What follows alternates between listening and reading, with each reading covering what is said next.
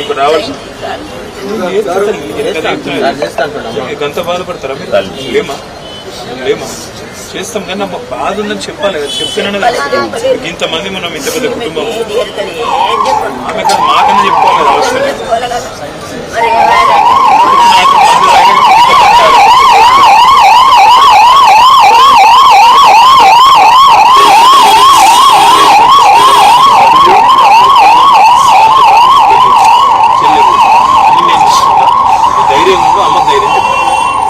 కష్టం వచ్చినప్పుడే మనిషి క్యారెక్టర్ ఏదో తెలుస్తుంది.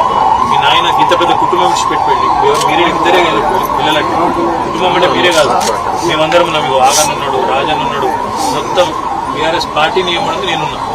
అర్థమైందా? బేజారు కావద్దు, ధైర్యంగా కొట్లాడాలి. జీవితంలో సమస్యలు వస్తుంది. నన్ను కూడా నిన్న 8 గంటలు కూర్చోబెట్టి నన్ను కూడా జైలు పెడతాను, కోచింగ్ చేస్తాను. భయపడి ఆయన ఇది చేసుకుంటామే. కొట్లాడాలి, యుద్ధం చేయాలి. ఆయన లెక్క మాత్రం పొరపాటు ఇంకోళ్ళు రావద్దు. ధైర్యం చెప్పు, అమ్మని మంచిగా చూసుకో, అన్ని ఏర్పాట్లు ఏం చేస్తాను, మొత్తం అన్నీ చేస్తా అంటున్నాయి కదా. విడిచిపెట్టమ్మా, నువ్వు అమ్మ ధైర్యంగా ఉన్నావు, పెద్దదాన్ని నువ్వు ధైర్యం చూసుకో. అలా ఏ పేరు నీ పేరు? మీరు ఏం చదువుతున్నావు బిడ్డ? చదువుతా, మంచిగా చదవాలి. ఎట్టి పరిస్థితుల్లో స్కూల్ విడిచిపెట్టద్దు, జోరుగా చదవాలి. అన్నీ నేను చూసుకుంటాను. అర్థమైందా? నాన్న ఇట్లా చేసిండు, బాధపడద్దు, ఏడవద్దు. మీరు అమ్మ ధైర్యంగా ఉండాలి. భయపడకు, వచ్చిందే వాళ్ళ కోసం కదరా. నేను అర్థమైంది, అర్థమైంది. భయపడద్దు, ధైర్యం దగ్గర చూసుకో, పిల్లల దగ్గర చూసుకో, కుటుంబానికి మొత్తం ఉండగా అన్ని ఏర్పాటు దగ్గర ప్రోగ్రామ్ అయ్యేదాకా నాకు ఇలా మా ఎమ్మెల్యే గారు ఇలా పెద్ద కర్మ ఎమ్మెల్యే జుబ్లీస్ మళ్ళాడిపోవాలని పొద్దున వచ్చింది. లేకపోతే మొత్తం అయ్యేదాకా నేను అటువంటి ఆడ కూడా ఎవరు లేరు. వాళ్ళ కుటుంబం కూడా ఇట్లే మన లెక్కన వాళ్ళ కూడా పిల్లలు అలా చూసుకోవాలి. ఓకే, పోతుంది. అది కూడా మనమే చేస్తున్నాం. పార్టీ ఇది కూడా మొత్తం మనమే చేస్తాం. కార్యకర్త అయినా ఎమ్మెల్యే అయినా అందరూ ఎవరైనా ఒకటే. ధైర్యం అలా అందరూ అండగుండు. కుటుంబాన్ని కూడా నేను చూసుకుంటా.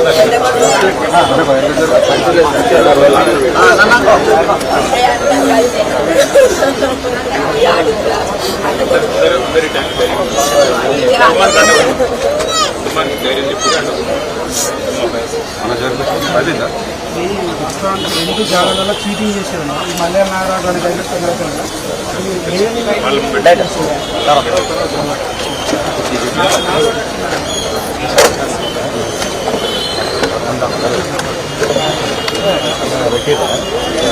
పెట్టేనా డైరెక్ట్ అన్న నమస్తే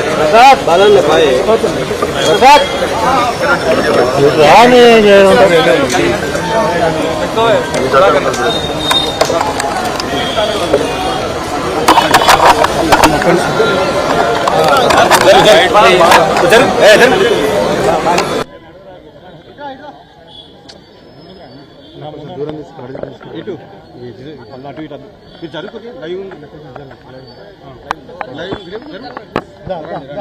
సల్మాన్ అదో జరుగు అన్న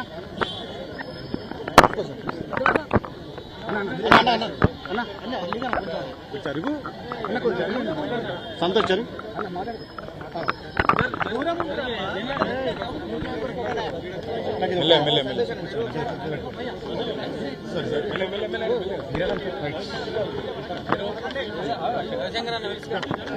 సల్మాన్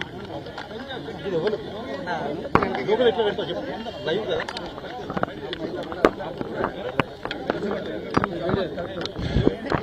రాజకీయాల్లో అలాగే జీవితంలో అపజయాలు, జయాలు, ఎదురు దెబ్బలు ఇవన్నీ కూడా అత్యంత సహజమైన విషయం. దురదృష్టం ఏమంటే ఇవాళ బీఆర్ఎస్ పార్టీలో ఒక ముఖ్యమైన కుటుంబ సభ్యుడు, మా సోదరుడు, సిరిసిల్ల నియోజకవర్గంలో మొదటి నుంచి కూడా నిబద్ధతతో పనిచేసిన ఒక సైనికుడు కుంటయ్య గారు మరి మొన్న నాకు కష్టం వచ్చినప్పుడు, నేను ఏసీబీ వాళ్ళు నన్ను విచారిస్తున్నప్పుడు నా కోసం హైదరాబాద్ దాకా వచ్చి సాయంత్రం దాకా అక్కడనే ఉండి నాకు ధైర్యం చెప్పి, అన్నా నీకేం కాదని చెప్పి మరి రాత్రి ఇక్కడికి వాపసు వచ్చి ఏమైందో తెలియదు, రాత్రికి రాత్రే ఆత్మహత్య చేసుకున్నాడని తెలిస్తే ఒక్క నిమిషం మనసు కకావికలమైంది. వారి కుటుంబాన్ని ఈరోజు కలిసిన తర్వాత నిజంగా కూడా బయట రాజకీయ నాయకులు అంటే ఏదేదో ఊహించుకుంటారు, కానీ బయటికి ఎంత గంభీరంగా కనబడ్డా లోపల దుఃఖాన్ని దాచుకొని లోపల కష్టాన్ని కూడా అదిం పెట్టుకొని ఒకవైపు ప్రజల కోసం పనిచేస్తూ మరొక వైపు తమ కుటుంబాన్ని కూడా కాపాడుకునే క్రమంలో ఒక ఒత్తిడికి లోనై మా సోదరుడు దురదృష్టవశాత్తు ఆత్మహత్య ప్రయత్నం చేయడం జరిగింది. తెలవంగానే నేను మా మండల పార్టీ అధ్యక్షులు గజబింకర్ రాజన్న గారికి, మా జిల్లా పార్టీ అధ్యక్షులు తోటాగయ్య గారికి ఫోన్ చేసి అర్జెంటుగా అత్యవసరంగా అవసరమైతే హైదరాబాద్ షిఫ్ట్ చేస్తారా, లేకపోతే ఎల్లారెడ్డిపేటలో ఉండే మన అశ్విని హాస్పిటల్ తీసుకుపోయి, ఎందుకంటే అక్కడ పాయిజన్ కేసులు ఎఫెక్టివ్గా ట్రీట్మెంట్ ఇస్తారని తెలుసు, మీరు వెంటనే తీసుకుపోండి అంటే వాళ్ళు కూడా పాపం శాయశక్తుల ప్రయత్నం చేసింది.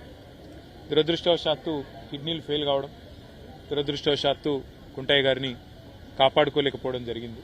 కానీ ఆ కుటుంబానికి అన్ని రకాలుగా ఆ ఇద్దరు పిల్లల చదువులు, వారి పెళ్లిళ్ళు, ఆ ఇద్దరు పిల్లలు, వారితో పాటు వారికి ఉండే ఇతర సమస్యలు అన్నింటినీ కూడా నేను చూసుకుంటానని చెప్పి వారి కుటుంబానికి నేను మాట ఇచ్చిన.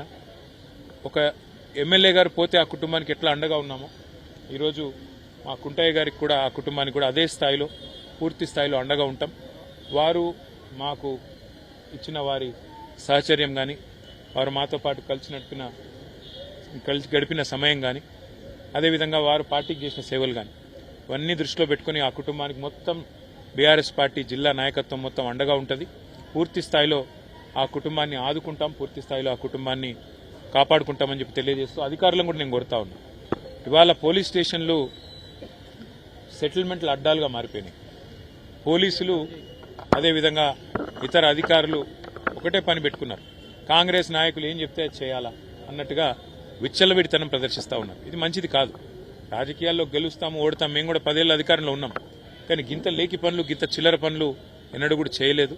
ఇకనైనా ఇలాంటివి కాకుండా, ముఖ్యంగా ఎక్కడైనా కంప్లైంట్ వస్తే కుంటయ్య గారు కంప్లైంట్ చేసినారు, నాకు రావాల్సిన డబ్బులు ఇవ్వకుండా నేను సతాయిస్తున్నారు, ఉల్టా ఆయన మీద కేసు బనాయించారు.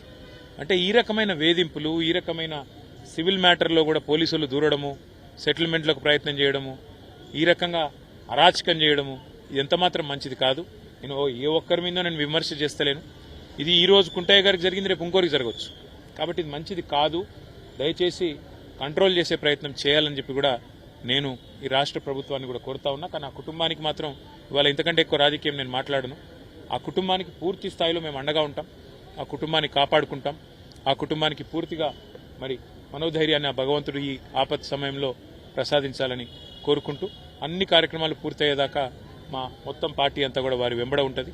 పెద్ద కర్మ జరిగేదాకా కూడా మొత్తం ఉండి మేమే చూసుకుంటామని చెప్పి కూడా తెలియజేస్తూ మరి వారి ఆత్మకు శాంతి చేకూరాలని మనస్ఫూర్తిగా భగవంతుని ప్రార్థిస్తాం.